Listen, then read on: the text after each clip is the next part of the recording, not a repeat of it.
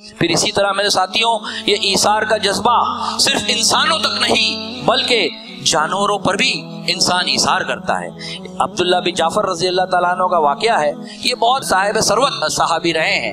آپ دیکھیے کہ وہ یہ کہتے ہیں کہ وہ ایک اپنے باغ کی طرف گئے، وہاں پر انہوں نے دیکھا کہ ایک غلام ہے جو بیٹھا ہوا ہے، اس کے پاس کھانا آیا تو انہوں نے وہاں دیکھا ایک کتا آیا ہوا ہے، تو اس غلام نے ایک روٹی اس کتے کو ڈالی، اس نے کھا لی، پھر دوسری ڈالی، وہ بھی اس کتے نے کھا لی، تیسری ڈالی، وہ بھی کھا لی۔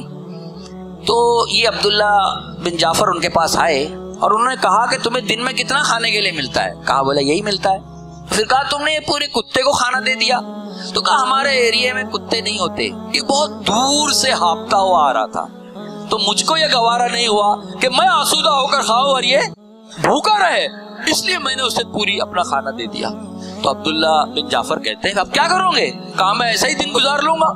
تو دیکھیے وہ کیا جملہ کہتے ہیں کہ لوگ مجھے سخی کہتے ہیں لیکن سخاوت اور ایثار کی تو یہ حد ہے جو اس غلام نے کر دکھائی۔ اور پھر وہ یہ کیا کرتے ہیں کہ اس غلام کو بھی آزاد کرتے ہیں اور اس باغ کو خرید کر اسے دے دیتے ہیں۔